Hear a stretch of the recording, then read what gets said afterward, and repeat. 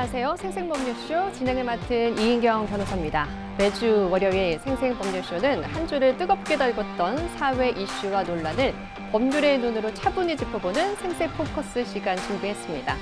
연예계 사건부터 경제, 사회 이슈까지 뉴스에서 접하는 다양한 사건들을 법적으로 어떻게 봐야 하는지, 어떤 쟁점들이 오가는지를 현직 변호사들과 함께 깊이 있게 살펴보겠습니다. 그럼 오늘 함께해 주실 변호사님 소개해드리죠. 생생법률쇼의 비타민 같은 변호사 두 분이십니다. 어서 오십시오. 안녕하세요. 네, 먼저 김동희 변호사님부터 소개해 주실까요? 네, 비타민으로 소개받았는데요. 네, 비타민 C와 같이 상큼하게 모든 사건을 해결하고 싶은 김동희 변호사입니다. 네, 반갑습니다. 네, 그리고 오정석 변호사님도 자리하셨는데요. 네, 저도 김동희 변호사님과 함께 출연하는 덕분에 같이 비타민에 좀 얹힐 수 있었던 것 같고요. 열심히 비타민 복용은 하고 있습니다. 계속해서 비타민 복용 열심히 해서 여러분들에게 도움이 되는 그런 변호사 되겠습니다. 오정석 변호사입니다. 네, 상큼하신 비타민 같은 두 분의 변호사님과 함께 컨디션 좋으신 걸로 알고 새롭게 잘 시작해 보겠습니다. 새로운 세대의 변호사 두 분과 함께 본격적으로 생생포커스 시작해 보도록 하겠습니다. 지금 이 방송은 유튜브를 통해서도 실시간으로 함께 방송되고 있으니까요. 많은 시청 부탁드리고요. 유튜브를 통한 소통의 창구도 활짝 열어두겠습니다. 방송 중에 궁금하신 질문도 올려주시면 답도 해드릴 테니까요. 많은 참여 바랍니다. 여러분은 지금 생생법률쇼와 함께하고 계십니다.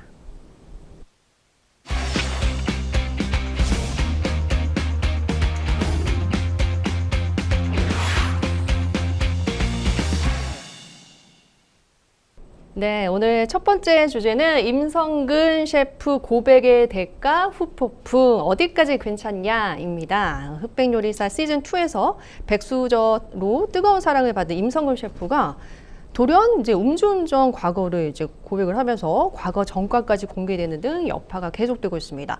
일단 변호사님도 이 사건 어떻게 보셨는지 궁금하네요. 어떤 부분부터 말씀해 주실까요? 오정수 변호사님?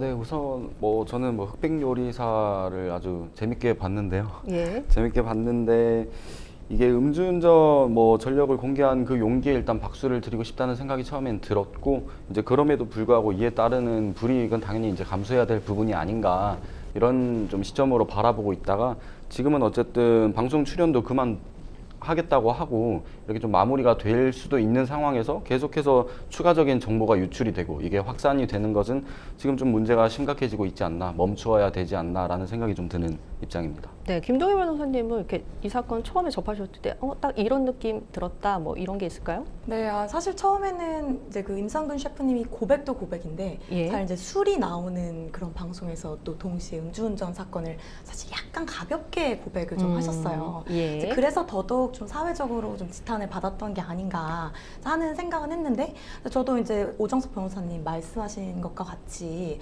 지금은 사실 좀 어찌 보면 되게 무분별하게 이제 정보가 계속 흘러나오고 있고, 좀 거의 인격적으로나 이제 직업적으로 어찌 보면 좀 생계 유지가 안 될 정도의 수준으로 지금 소위 마녀 사냥까지는 아니지만 저희 이제 그런 예. 모습들로 좀 행태가 이어지는 부분이 있는 것 같아서, 그런 부분은 저희가 이게 과연 균형 있는 처벌인가에 대한 생각은 좀 해봐야 되겠다 생각은 했습니다. 예, 이 사건 저희가 좀 심층적으로 이제 토론을 해볼까 하는데요. 자, 임성근 셰프 자신의 유튜브 채널이었어요. 유튜브 채널에서 말씀해주신 것처럼 이제 그 술잔을 네. 기울이면서 사회자와 함께 내가 술을 좋아해서 이랬던 적이 있었다라고 하면서 이제 고백이 이제 시작이 됐습니다.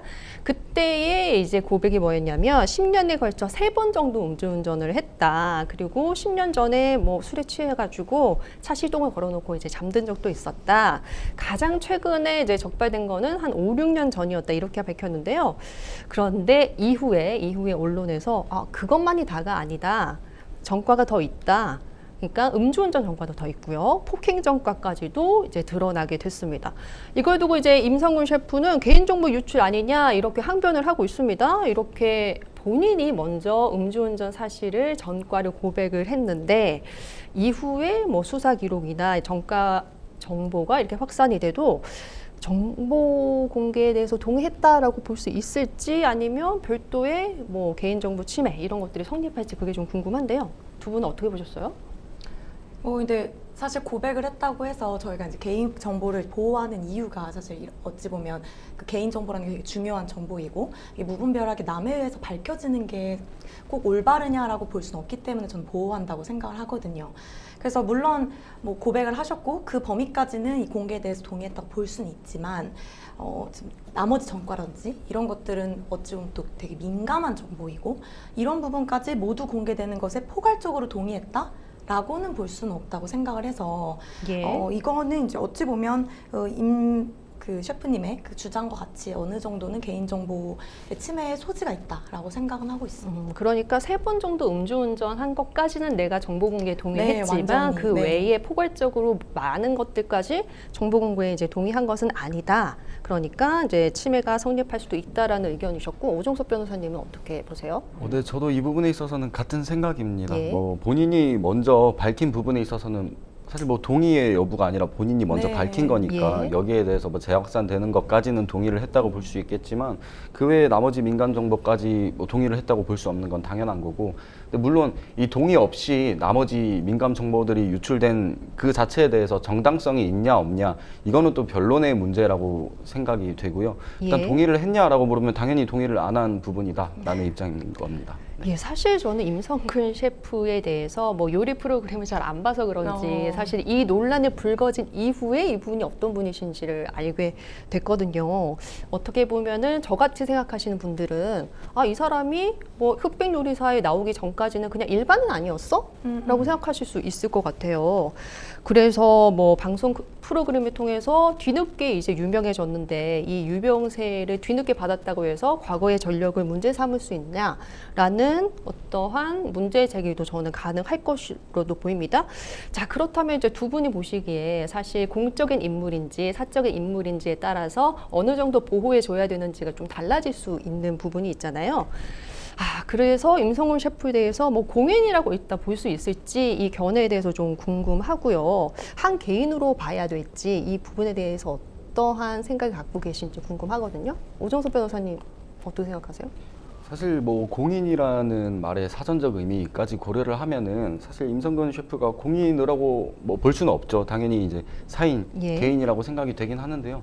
다만 그렇게 따지면 연예인도 마찬가지로 공인이 아닌 거고 그런 잣대들이 다 희미해지는 것인데, 최소한 방송에 출연을 해서 뭔가 사회적 대중의 신뢰를 바탕으로 영리까지 취하는 일을 하는 입장이라면은 공인이 아니라도 공인에 준하게 뭔가 그런 엄격한 잣대가 당연히 세워질 수밖에 없지 않나라는 생각입니다. 예, 김동희 변호사님은 공인입니까 사인입니까 어떻게 생각하세요? 근데 이제 저는 또 이제 MC님과 다르게 이제 음악 프로그램을 되게 좋아해요. 음악이라 요리 프로그램을 되게 예. 좋아해요. 이제 먹는 걸 또 좀 좋아하고 해가지고 예. 이제 그러다 보니까 이미 이전에 흑백 요리사 나오기 이전부터 이제 한식 대첩에서 우승도 하셨고 해가지고 예. 이분을 알고 있었어요.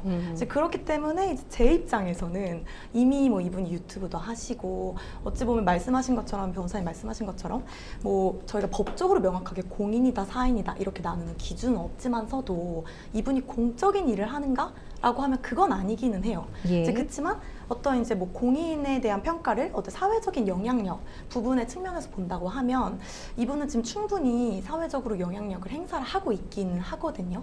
그래서 공인에 입각해서 보는 것이 좀 더 합리적일 것이다 라는 네. 생각을 하고 있긴 합니다. 네, 임성근 셰프 같은 경우에는 개인 유튜브 채널이 사실 있기는 했습니다. 구독자가 한 95만 명은 되더라고요. 이제 굉장한 구독자를 이제 보유하고 있는 이제 유튜버이기도 하고요. 이제 그런 경우로 봤을 때는 사실 공인이라고 하는 잣대를 좀 네. 들이댈 수도 있겠다라는 생각이 들기도 하네요. 자, 공인이라고 한다면 이제 수사 기록과 전과 정보 같은 이제 민감한 개인 정보까지 대중이 좀 알 필요도 있지 않을까? 라고 이제 생각하시는 분들도 있으실 것 같아요. 특히 이제 언론이 1999년도 사건에 이제 그 음주운전 사건, 그러니까 혈중 알코올 농도가 거의 취소 상태였다고 하고요. 이 부분이 또 좀 굉장히 사회적으로 논란이 된 것이 그때가 이제 집행유예 기간이었다는 거예요. 그러니까 그 얘기인 즉슨 면허가 취소되었고 집행유예 기간이라면 무면허 운전을 또 했다는 거잖아요. 그 이후에 또 음주운전 때문에 적발이 됐다라고 하는 거는요. 그런 전력까지 이제 상세하게 지금 보도가 된 상태입니다.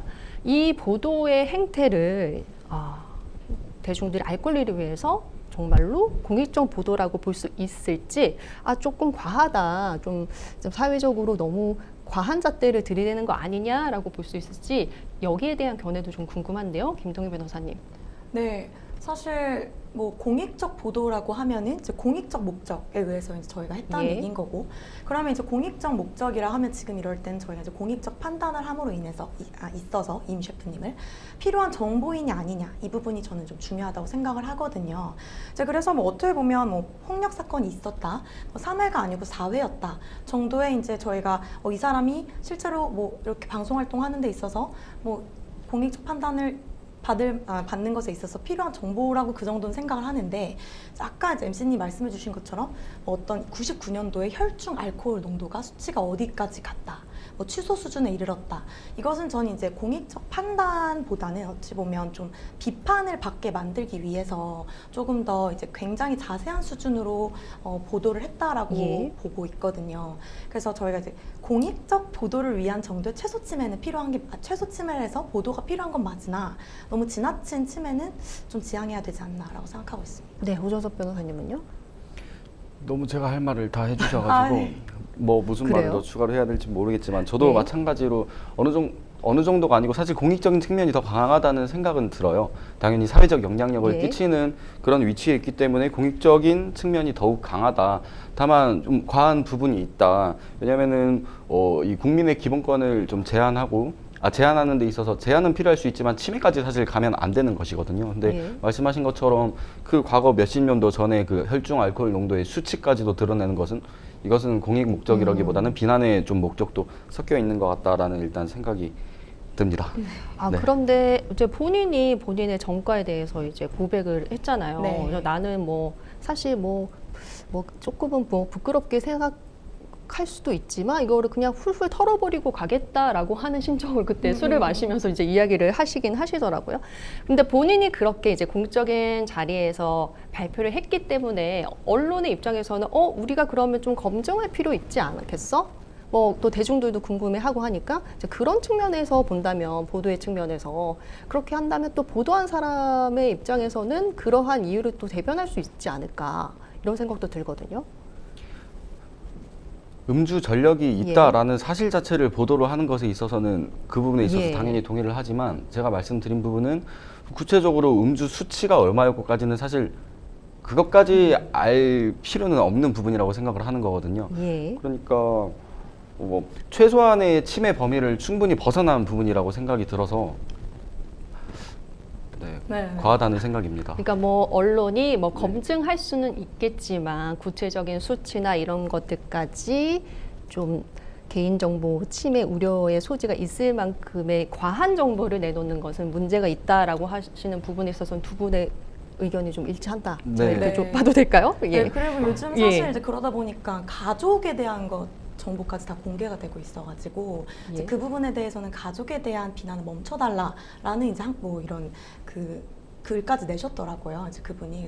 그래서 이 부분은 저희가 이제 아무래도 정보를 계속 내다 보니까 이게 정보가 제한되지 못하고 결국 가족까지 이게 좀 뻗어나간 게 확장된 것이 아닌가라는 생각이 들어서 이제 그런 면에서 저희가 좀 이런 부분을, 물론 말씀하신 것도 뭔지는 알겠어요. 이게 어느 정도 그냥 음주운전이 아니라 이런 과한 음주운전이었다라는 측면을 말하고 싶어서 이제 그런 보도가 이루어졌다고 생각은 하는데, 저희가 사실 이렇게 생각하기 시작하면 진짜 끝이 없거든요. 어디까지가 보도가 이제 가능한 범위인가를 생각하면. 이제 그래서 저는 이제 변호사님 말씀하신 것처럼 뭐 그런 너무 구체적인 수치보다는 특히나 이제 그 기간을 생각했을 때 되게 과거의 일이니까 예. 좀 어느 정도 있었던 사실이 맞다. 그리고 뭐 있었다면은 그때 3회가 아니고 4회다 정도로 이제 좀 사회적으로는 이런 분위기로 가야 되지 않는가라는 이제 생각을 말씀드렸던 거예요. 예.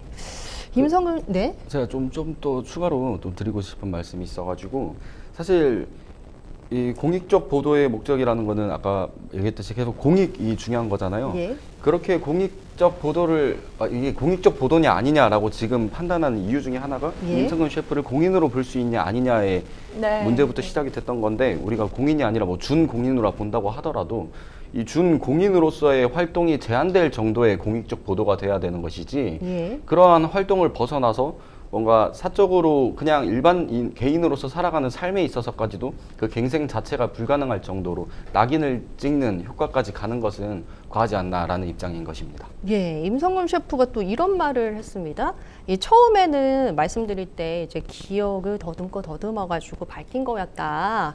뭐 벌금 낸 걸 다 기억하는 사람도 없을 거다. 누가 그걸 다 기억하느냐. 대한민국이라는 나라가 어떻게 보면은 아무리 나쁜 놈이라도 다 보호하지 않냐. 라고 이제 강변을 했어요. 전과 기록이 법적으로 소멸하면은 사실 보도도 금지되어야 하는 건지 이 부분에 대해서도 좀 의견이 궁금한데요. 김동희 변호사님. 사실 이런 말을 안 하셨으면 좋았을 걸이란 생각을 잠깐 했고요. 예. 뭐 당연히 전과 기록이 있었다고 한다면 이제 그게 설령 이제 저희가 뭐 한 벌금형이고 2년이 지나서 저희가 뭐 신원조회가 되지 않는 그런 기록이 됐다 하더라도 예. 뭐 있었던 사실 자체를 저희가 보도하는 거를 금지한다는 측면은 아니니까요. 이제 이걸로 인해서 저희가 뭐 법적으로 어떻게 뭐 불이익을 받을 부분을 없애기 위한 제도인 거지. 예. 있었던 사실을 무조건 없었던 일처럼 만들어야 된다라고 생각하진 않기 때문에 보도는 전 별개라고 보고 있습니다. 그러니까 사실 보도 정도는 뭐 금지할 필요 없다. 이거는 뭐 네네. 보도할 수 있다. 그러니까 아까 얘기하셨던 부분에 이제 같은 맥락에서 본다면은 그러니까 그 정도의 문제이지 네네. 그것이 확산돼서 차후에 다른 피해까지 이제 창출이 네. 되면 되지 않으니까 이제 이 부분에 대해서 좀 염려를 하시는 부분인 것 같고. 전과 기록이 법적으로 소멸을 했어요. 법적으로 소멸했으면 사실 보도도 금지되어야 되는 겁니까? 어떻게 생각하십니까? 기본적으로 전과 기록을 소멸시킨다는 것 자체가 그 사람의 뭐 어떤 잊혀질 권리도 예. 포함된 개념이라고 생각을 하기 때문에 사실 기본 원칙은 보도가 되면 안 된다라는 게 맞다고 봅니다. 예. 다만 예외적으로 지금 임성근 셰프와 같이 계속 반복되는 얘기지만 사회적 영향력을 행사하는 그런 특별한 지위에 있을 때만큼은 당연히 예외가 인정될 수 있는 부분이 아닌가라는 생각입니다. 예, 어떻게 보면은 사실 요즘에 학폭 문제도 사실 많고 학폭 문제도 사실 청소년기에 학교 다닐 때 문제지만 그 부분에 대해서 우리가 또 재차 소환을 해가지고 어떤 연예인들에게 다시금 사회적인 책임을 묻고 있잖아요. 그러니까 이 맞습니다. 부분에 있어서는 사실 또 임성근 셰프와 같은 맥락에 있다라고 보이기도 하거든요. 그런 부분에서 본다면 그 보도도 이제 금지하진 않으니까요, 지금은. 그렇죠. 지금 그 부분도 우리가 항상 이제 보도를 통해서 뉴스를 통해서 볼 수 있는 부분이기 때문에 사실 보도로 뭐 금지를 해야 된다는 것 자체까지는 조금 과한 처사가 아닌가라는 생각도 드는데요. 예. 네, 그래서 저는 근데 변호사님 말씀하신 게 너무 맞다고 생각하는 게 사실 저희가 이제 무조건 뭐 아까 뭐 나쁜 놈도 다 보호하지 않냐 뭐 예. 이런 말을 했다라고 이제 그 말이 나왔는데 사실 그 말은 저희가 뭐 나쁜 놈을 보호해야 되지 않냐 이게 뭐 이런 보도에서 보호해야 된다 이런 말이 아니고 예. 저희가 이제 사회 복귀를 하는 것을 이제 보장을 해줘야 된다 이런 측면이잖아요. 어떻게 보면은 이제 그래서 말씀하신 것처럼 만약 이분이 사회적 영향력을 행사하는 준공인 정도의 지위가 아니었다면 예. 저희가 당연히 이 전과가 없었다면 보도할 일도 없겠거니와 예. 뭐 그렇다면 이제 그렇다면 당연한 얘기인데 지금 말씀하신 연예인이나 아니면 이제 임성근 셰프나 이런 분들처럼 지금 사회적 영향력을 행사하고 있다고 하면 결국에는 이분이 지금 진짜 그 국민한테 영향력을 행사하는 거잖아요. 그렇다면 이 사람이 어떤 사람인지 아는 것도 중요한 이제 알 권리라고 살 생각은 해요. 그래서 그런 측면에서 봤을 때는 이미 지나간 없어진 전과라고 하더라도 이런 사실이 있었다는 저는 보도가 충분히 가능하다고 생각합니다.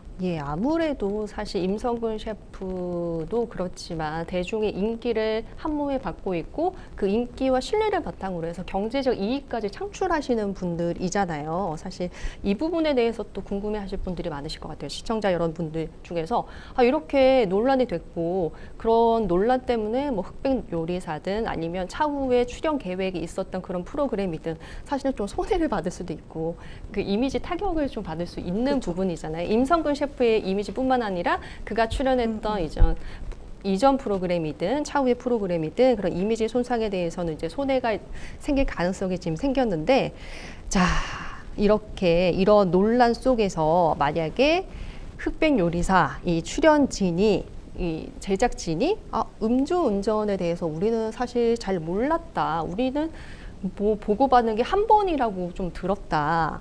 이런 과정에서 이제 두 제작진과 임성근 셰프 사이에서 이제 논란이 벌어질 수도 있는 문제잖아요. 네. 자, 그렇다면은 제작진 같은 경우에는 추가 정가까지 좀 적극적으로 조사해야 할 그런 법적인 의무가 있는 건가요? 아니면 고지된 범위까지만 일단 믿고 거기까지만 책임지면 될까요?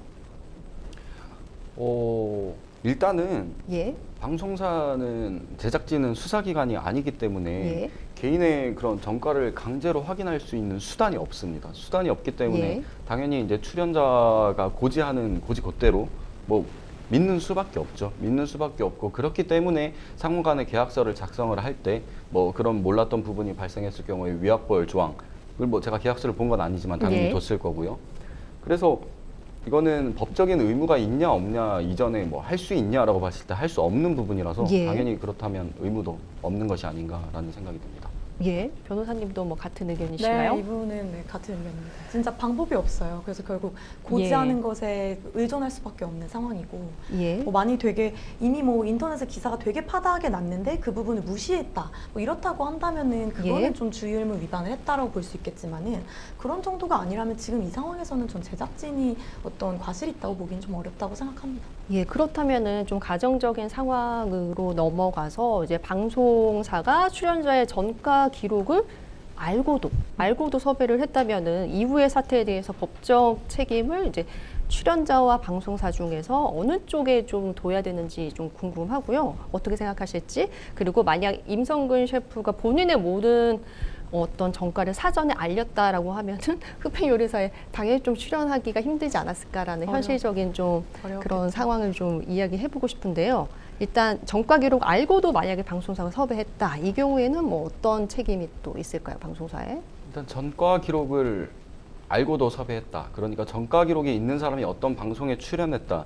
그 사실 자체가 사실 어떤 범죄가 되거나 그렇겠죠. 뭐 나쁜 예. 짓인 건 아닌 거거든요.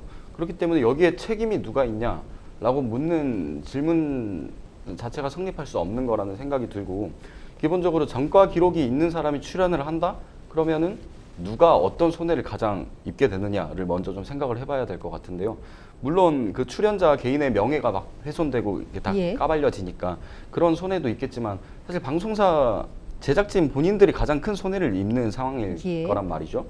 그렇게 봤을 때 과연 제작진이 이거를 알고도 출연시키는 경우가 있기는 할까라는 생각이 들고요.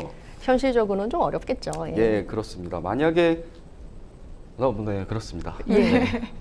네. 김 변호사님은 어떻게 보세요? 근데 뭐 이게 아마 계약서를 저도 뭐 본 건 아니지만은 예. 계약적으로 다 이제 되어 있을 거예요. 이제 아마 너가 고지를 충분히 해야 된다. 그리고 예. 만약에 이 지금 방송에 나가는 데 있어서 너의 어떤 행실로 인해서 우리한테 이런 손해를 끼칠 만한 일이 일어난다면 위약을 해야 된다. 위약금 뭐 조항 같은 게 있을 거라는 생각이 들고요. 예. 다만 이제 저는 그런 생각은 했어요. 물론 뭐 말씀하신 것처럼 요리 프로그램에 음주운전이 이제 1회인 줄 알았으니까 뭐 이 정도는 괜찮지 않을까라는 생각에 그냥 출연을 시키긴 했을 거예요. 근데 이게 출연자와 제작진 간의 계약도 있지만은 또 뭐 넷플릭스와 제작사, 뭐 이제 어떤 그런 OTT 플랫폼과의 계약도 분명히 있을 건데 그때의 그 계약간에는 이제 과실이 있다고 볼 수도 있지 않을까라는 생각을 잠깐 하긴 했어요. 왜냐면 어쨌든 이제 1회 음주운전을 밝혔고 예. 요즘에 이게 첫 번째도 아니고 두 번째이기 때문에 그 파급력을 생각을 했을 때는 이게 분명히 문제될 수도 있다는 점을 알고는 있었을 거예요. 그래서 예. 그런 부분은 좀 과실로 볼 수도 있지 않았을까라는 생각을 했습니다.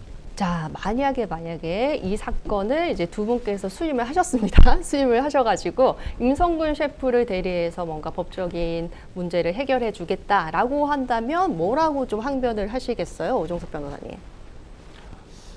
일단 본인 스스로 예, 뭐 전체는 아니지만 예. 일부 과거의 그 전과 전력을 밝혔다는 거, 그 부분이 좀 이 손해배상 금액을 산정하는 데 있어서 좀 참작되어야 될 요소가 아닐까, 이 부분에 대해 집중을 좀 할 것 같고요. 예, 그리고 이게 기사들을 보니까 임성근 셰프가 어쨌든 제작진에 대하여 자신의 음주 전과 기록에 대해서 고백을 사전에 했었다고 하더라고요. 예. 사전 고지를 했었고 그 횟수를 전부 다 얘기한 건 아니지만 어쨌든 그런 부분에서 봤을 때 제작진의 과실도 일부 있는 거는 또 사실로 볼 수 있으니까 그런 점을 강조를 해서 이 손해배상액을 감액시키는 데 좀 집중을 할 것 같습니다. 변호사님 반대로 이제 방송사 제작사의 이제 대리인이다라고 한다면 이러한 항변에 대해서 또 뭐라고 이제 이제 뭐 하시겠어요? 완벽히 반박해야죠. 이제 그렇죠. 우리는 고지 의무를 너에게 줬는데 예. 아니 1회도 아니고 3, 4회는 이거 좀 심한 거 아니냐 이렇게 예. 하면서 이거는 정도가 너무 다르다. 뭐 이제 이런 이제 주장을 당연히 해야 되겠고요.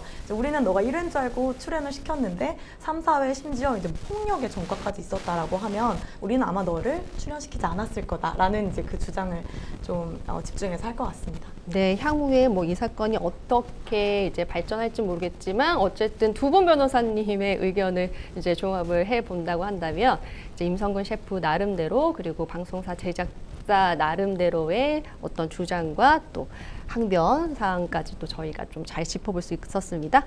자, 임성근 셰프의 뜬금없는 전과 고백 이후에 논란이 되고 있는 사건에 대해서 저희가 자세하게 얘기 나눠보고 토론해 봤습니다. 여러분은 지금 생생법률쇼와 함께하고 계십니다.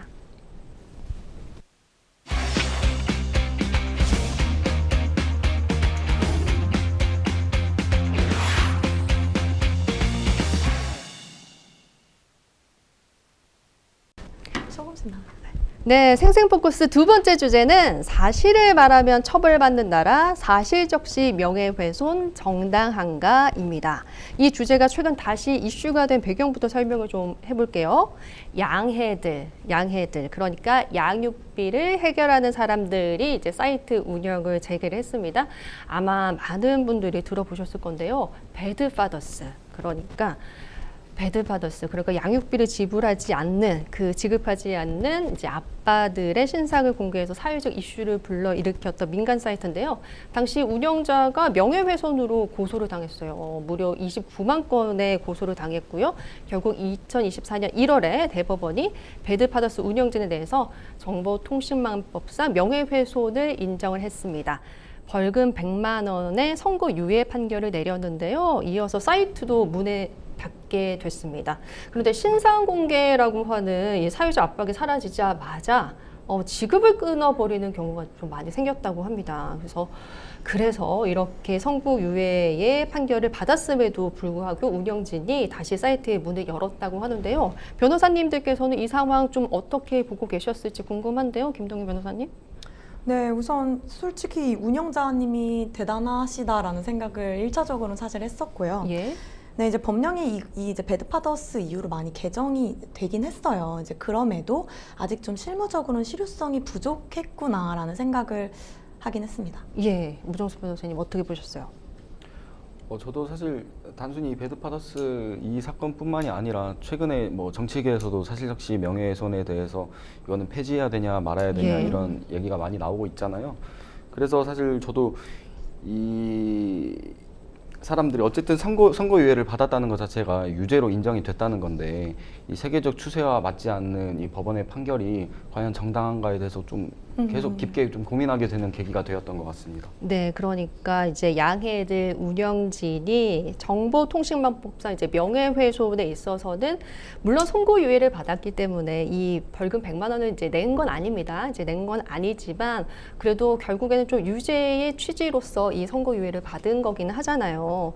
양육비 미지급 사실을 이제 공개하는 이 사실을 이제 적시하는 행위가 사실적시 명예훼손이라는 것인데. 공익이라고 보십니까? 이 부분에 대해서는 좀 어떻게 보셨어요? 저는 공익적인 측면이 강하다고 보긴 합니다. 예. 다만 어쨌든 저는 이 부분은 사적 제재 영역에 속한다고 예. 생각을 하거든요.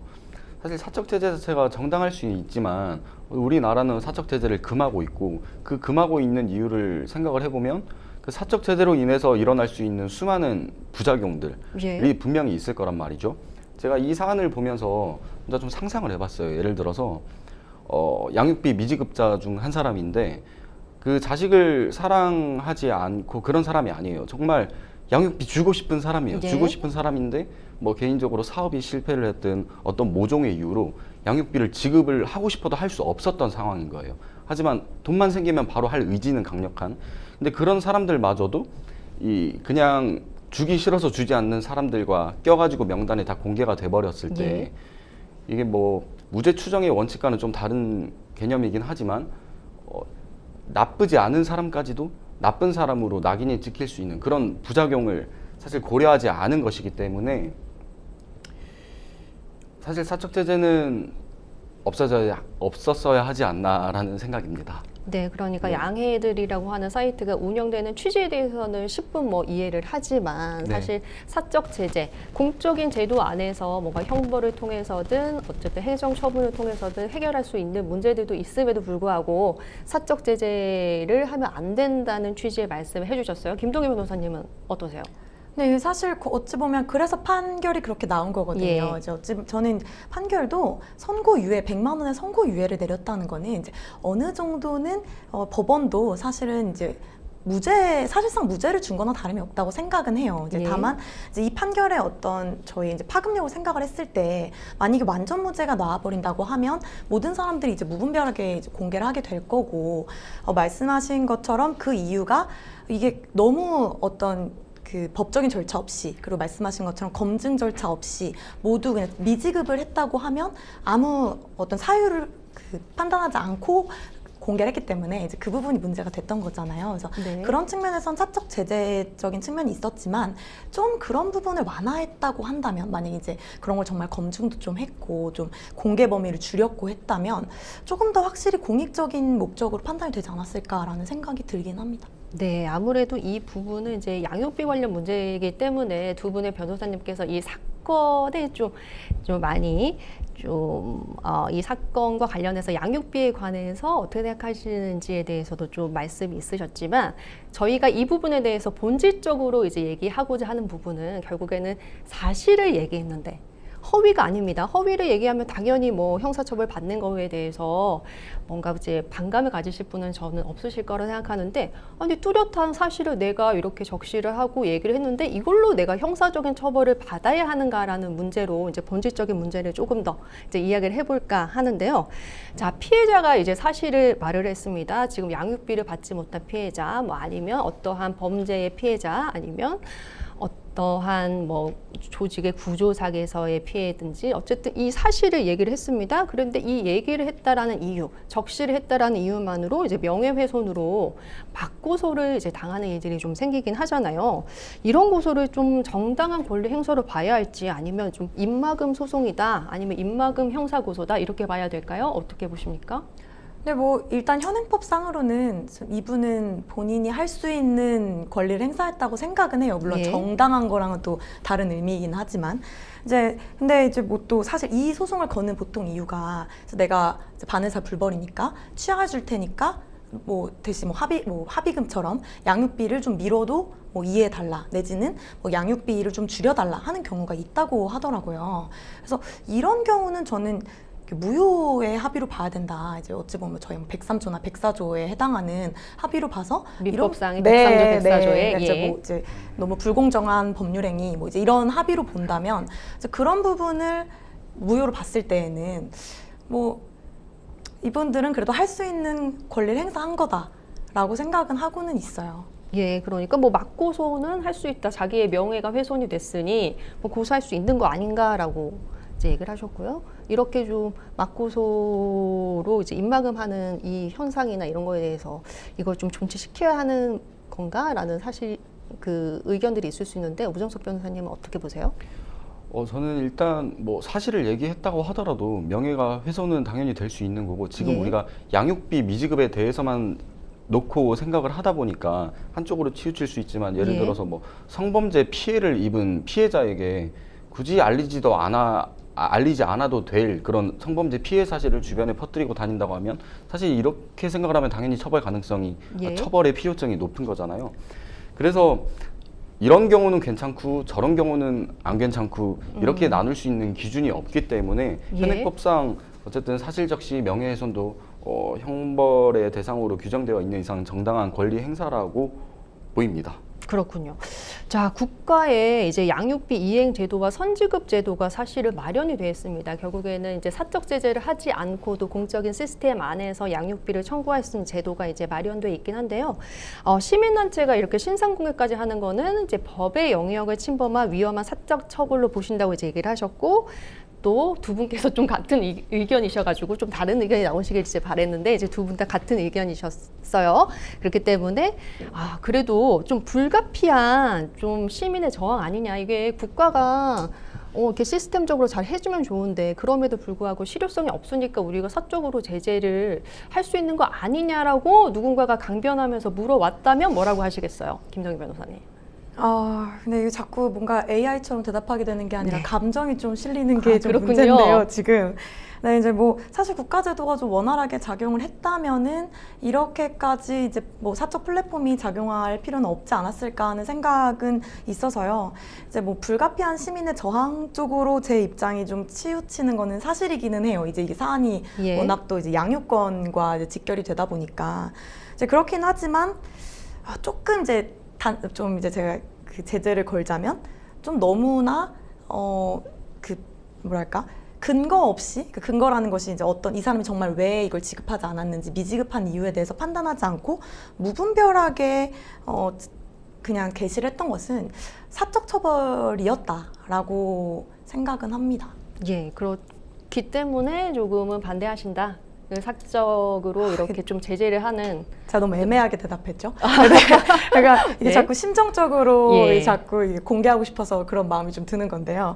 근데 이제 저희가 이제 법적 측면에서 얘기를 하자고 한다면 아무래도 법에서 계속 제도를 마련하고 있으니까 사실은 사적 처벌보다는 좀 이제 뭐 행정적이라든지 이제 법을 통해서 이런 그 제재를 가하는 것이 결과적으로 궁극적으로 저희가 가야 되는 방향이 아닌가라는 생각은 하고 있습니다. 예.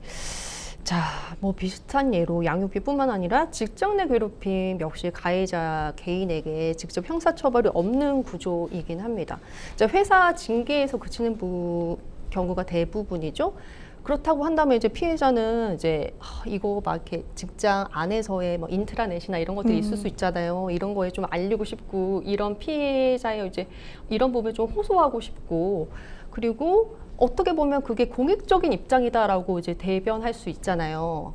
내가 이 사람에 대해서 경고 그리고 회사의 다른 동료들에게 이 사람 이러한 측면이 있기 때문에 조심해야 된다라고 하는 경고성이 있다. 이런 부분 충분히 공익적으로 좀 이용할 수 있는 것 부분이 아닌가라고 할 수 있지 않겠습니까? 이런 부분에 있다면 표현의 자유를 조금 더 좀 높여서 저희가 좀 생각할 필요도 있지 않을까요? 라고 누군가가 얘기한다면 오정석 변호사님 뭐라고 말씀하시겠습니까? 뭐 사실 지금 현행 법만을 기준으로 얘기를 한다면 당연히 그렇다고 하더라도 법에 어긋나는 행동을 하면 안 된다라고 다 끊어서 답변을 드리겠지만 좀 법을 벗어나서 사회적 분위기와 세계적 추세 그리고 진짜로 우리가 보호받아야 할 가치가 무엇인가 이런 부분에 대해서 생각을 한다면 표현의 자유가 조금 더 인정이 되어야 하지 않나라는 생각이 듭니다. 근데 우리 지금 현행법상으로도 표현의 자유를 충분히 좀 인정시킬 수 있는 방안은 있다고 생각을 해요. 예를 들어서 형법상 명예훼손죄 같은 경우에는 뭐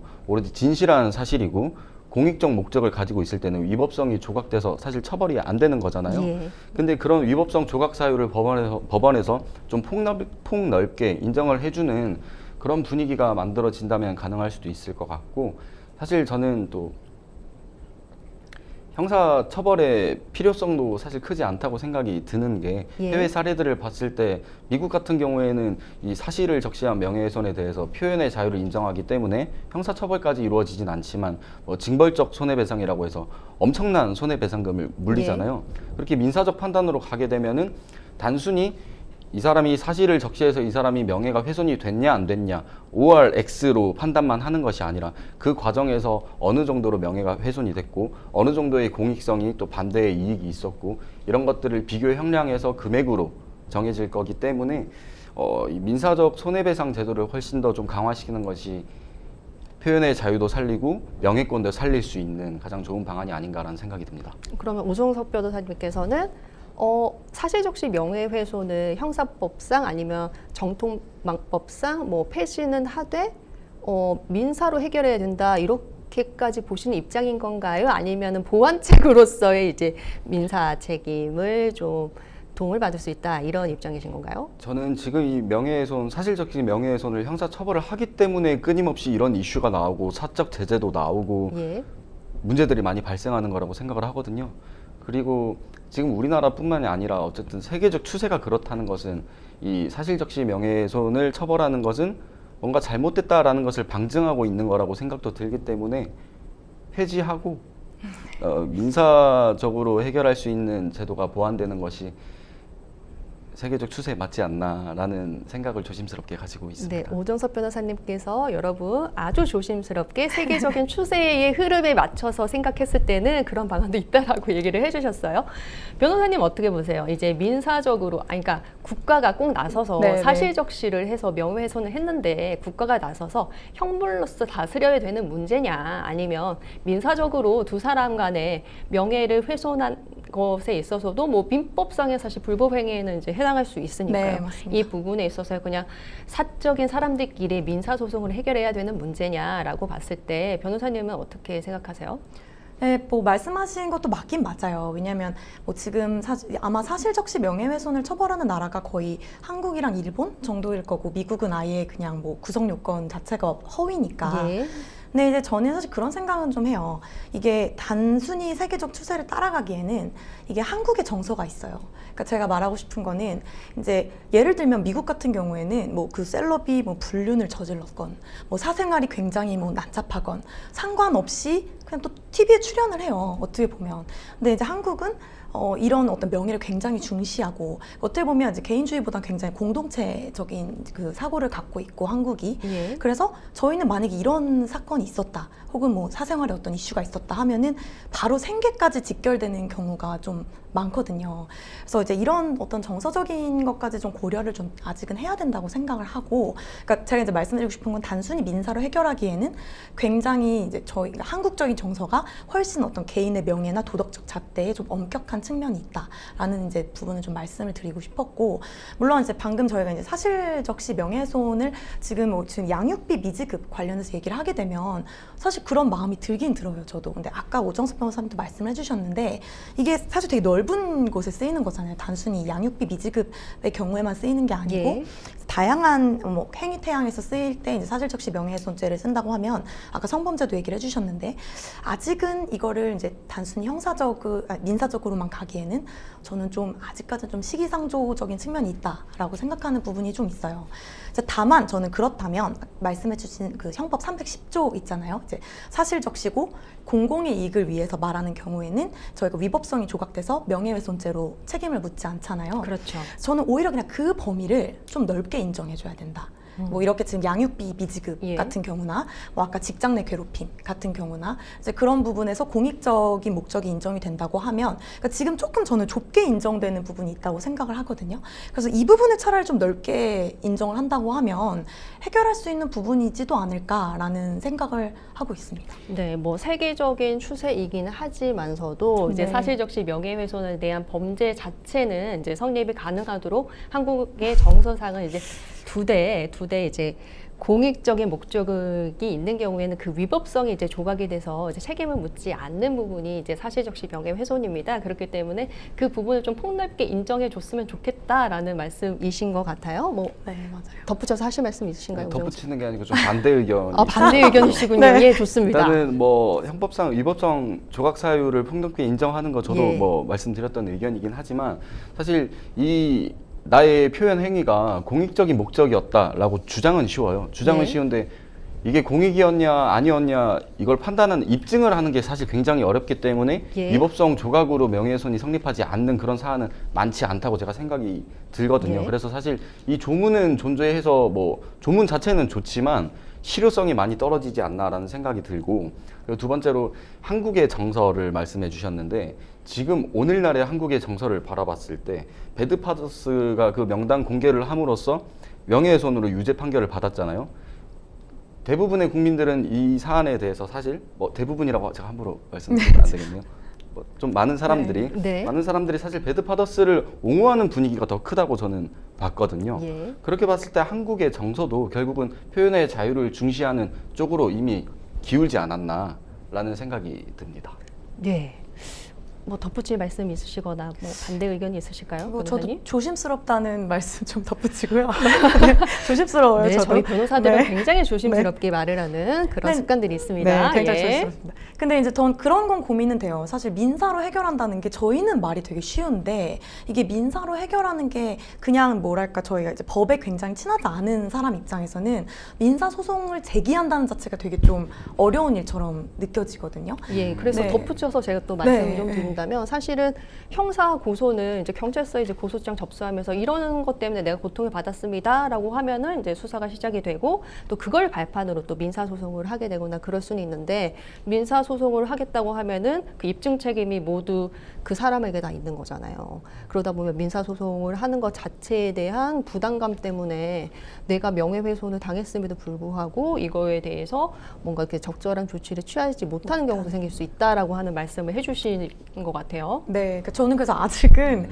이제 이걸 두되 뭐 예를 들면 뭐 미국에는 그런 것도 있어요. 뭐 그 이제 봉쇄 소송을 뭐 막는다 해가지고 이런 의미로 이제 그냥 단순히 소송을 걸어서 뭔가 어떤 그 공익적인 행위를 못하게 하는 거를 이제 막는 그러니까 결국 이제 특별하게 소각화를 미리 시키는 그런 제도가 또 있거든요. 그래서 뭐 그런 제도를 차라리 새롭게 만든다든지 왜냐면 말씀하시는 거에서 그런 건 있잖아요. 이게 사실 명예훼손 전체의 문제도 있지만 양육비 지급이라든지 뭔가 어떤 특정 어떤 이슈에 대해서 확실히 문제가 되는 측면이 있으니까 그런 부분에 대해서 좀 구제할 수 있는 제도를 좀 더 보완하는 게 낫지 않을까라는 생각을 조심스럽게 네, 전해봅니다. 네, 그러니까 케이스 바이 케이스별로 네, 좀.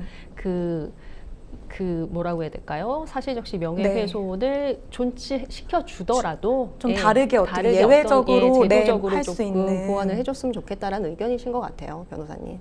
동의합니다. 그렇군요. 그렇죠. 사실은 뭐 감사합니다. 존치를 하는 것과 뭐 하지 않는 것과를 떠나서 사실은 제도적으로 어떠한 양육비 문제랄지 다른 문제에 있어서의 제도적인 환경이 조성이 돼야 되는 거는 분명한 사실이겠죠. 예. 이제 지난해 이재명 대통령이 사실적시 명예훼손 그거 왜 뭐 민사로 해결할 문제 아닙니까? 라고 하면서 국무회의에서 직접적으로 폐지를 좀 맞아요. 예, 얘기를 했습니다. 네. 그리고 이제 민주당에서도 사실 당론으로 명예훼손, 사실적시 명예훼손 같은 경우에는 뭐 폐지하겠다라고 이제 밝힌 바도 있었고요.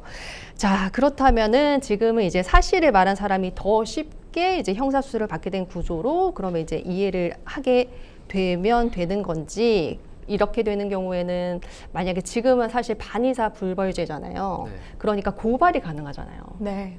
고발이 가능하다는 얘기는 제3자가 저 사람 사실적시해서 명예훼손을 했어라고 하면서 제3자의 고발로 수사가 이어질 수 있는 부분이니까요. 저는 이 부분도 좀 궁금했는데 그러면 차라리 친고죄로 바꾼다던가 아니면 좀 그 사실 적시 명예훼손 자체를 없앤다기보다는 뭐 그런 쪽으로도 사실 좀 제도의 개선이나 네. 뭐 형법의 개선이 좀 필요할 수 있지 않을까라는 그런 생각도 들거든요. 어떻게 보세요? 제3자가 제 사실적시로서 이제 명예훼손으로 고발하는 경우에 그에 따른 또 부작용도 있을 수 있잖아요. 이 부분에 대해서 좀 의견이 궁금한데 어떻게 생각하시는지요? 그래서 전 사실 계속 너무 이제 그런 의견이었으니까 네. 사실 친고죄는 전 좀 아쉽기는 해요. 왜냐면 네. 이게 굳이 고발까지 해야 되는 사안인가라고 생각한다면 네. 뭐 실제로 본인이 이제 피해를 입은 당사자가 이제 그때 이제 고소를 해야 이제 수사가 이루어지는 그런 친고죄로 좀 정정이 되는 것은 저는 필요하다고 사실 생각하고 있어요. 그래서 이 부분은 좀 아쉽긴 아쉽더라고요. 그냥 그대로 이제 현행이 예. 유지되고 있으니까요. 예. 오정숙 변호사님은 어떠세요? 제3자가 고발을 막 해요. 그러니까 피해자가 뭐 고소를 해가지고 이 부분에 대해서 제가 명예를 이제 훼손을 받았으니까 좀 처벌해 주십시오라고 하는 거 외에 제3자가 저 사람 명예를 훼손했어요. 사실적시로 내가 아니고요. 저 제3자요. 제3자를 명예를 훼손했어요. 라고 하는 부분에 있어서도 좀 어떻게 생각하실지 좀 궁금합니다. 저는 사실 잘 모르겠습니다. 아무래도- 피해자가 예. 고소를 해야 되나 아니면 고발도 예. 괜찮나 라는 점에 대해서 고민을 했을 때 뭐 어떤 차이가 있을까라는 생각이 들고 어쨌든 현행법상 반의사 불벌죄이기 때문에 예. 제3자의 고발로 수사가 개시된다고 하더라도 예. 피해자가 처벌을 원치 않으면은 사실 처벌 불허 의사를 표시를 하면은 바로 처벌이 안 되고 종결이 되는 문제이기 때문에 그 고발을 할 수 있는 그 자체가 어떤 큰 이슈가 될 수 있나에 대해서 좀 잘 모르겠습니다. 예, 이렇게 사실적시 명예훼손에 대해서 이야기를 하다 보니까 시간이 훌쩍 갔습니다. 어느새 마칠 시간이 됐는데요. 생생포커스 오늘 사실적시 명예훼손 존치가 가능한지에 대해서 이야기 나눠봤습니다. 한 차례 합헌 결정을 받았습니다. 5년 전이었습니다. 5년 전과 사람들의 많이 바뀐 사회적인 시선 때문에 합헌으로 유지될 수 있을지 요즘 많이 관심이 뜨거운데요. 두 분의 변호사님과 함께 이야기 나눠봤습니다. 오늘 이야기 나누셔서 감사하고요. 네. 감사합니다. 네, 생생법률쇼 마치겠습니다. 시청해주신 여러분 고맙습니다.